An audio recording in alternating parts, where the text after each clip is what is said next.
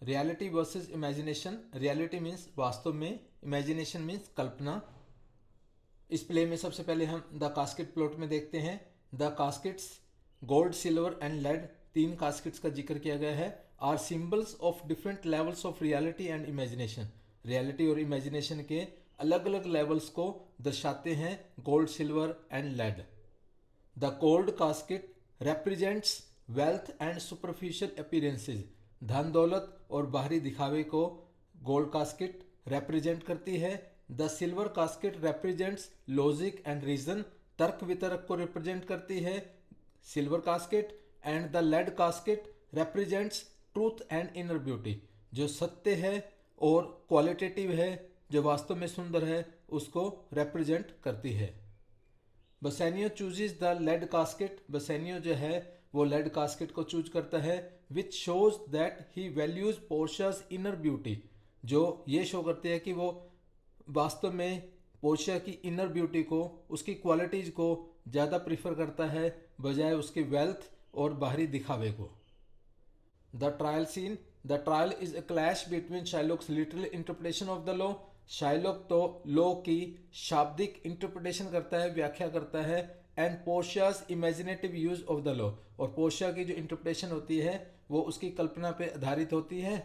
Shylock wants to extract a pound of flesh from Antonio. Shylock तो Antonio से 1 pound of flash लेना चाहता है, जैसा कि बॉन्ड में लिखा हुआ है, which is a literal interpretation of the bond. Bond की शाब्दिक व्याख्या यही है उसकी।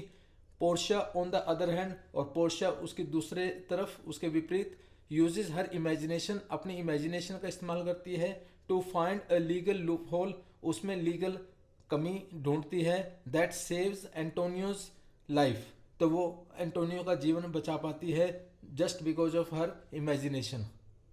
The ring plot.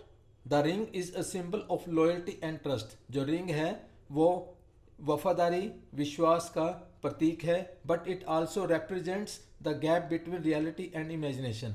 रियलिटी और इमेजिनेशन के बीच गैप को भी ये दर्शाती है। जैसे कि हम देखते हैं, when Bassanio gives the ring to the lawyer, जब बसेनियो लॉयर को रिंग देता है, वास्तव में लॉयर पोर्शिया थी जिसने भेष बदला हुआ था, जिसे ये बसेनियो नहीं जानता था, तो ही इज इमेजिनिंग, बसेनियो तो ये सोच रहा है, that it's A token of gratitude, ये एहसान या फीस के रूप में उसने वकील को दिया है, क्योंकि वकील ने बसेनियो के फ्रेंड एंटोनियो की जान बचाई थी। और दूसरी तरफ हम देखते हैं, however when Portia confronts him over the ring, जब पोर्शिया रिंग की बात करती है, वो कहती है that it's a symbol of their marriage, ये उनके मैरिज का सिंबल है, and their loyalty to each other, और एक दूसरे के प्रति वफादारी का प्रतीक है।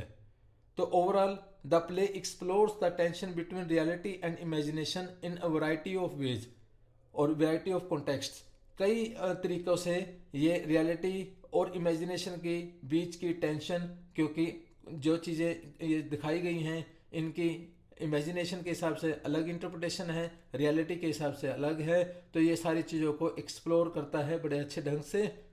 और it suggest that while imagination can be powerful, और ये हमें सजेस्ट करता है कि इमेजिनेशन है वो पावरफुल होती है, ठीक है, ट्रांसफॉर्मेटिव होती है, ये भी बात ठीक है, काफ़ी चीज़ ये बदल सकती है, तो it's important to stay grounded in reality, फिर भी हमें रियलिटी में रहना चाहिए, and to value truth, truth को वैल्यू देनी चाहिए, एंड इनर ब्यूटी, जो वास्तव में क्वालिटी वाला है, वास्तव में जो सुंदर है, उसी चीज़ को वैल्यू देनी चाहिए, ओवर सुपरफिशियल अपीयरेंसेज, जो बाहरी दिखावे हैं उनके बजाय। Thank you.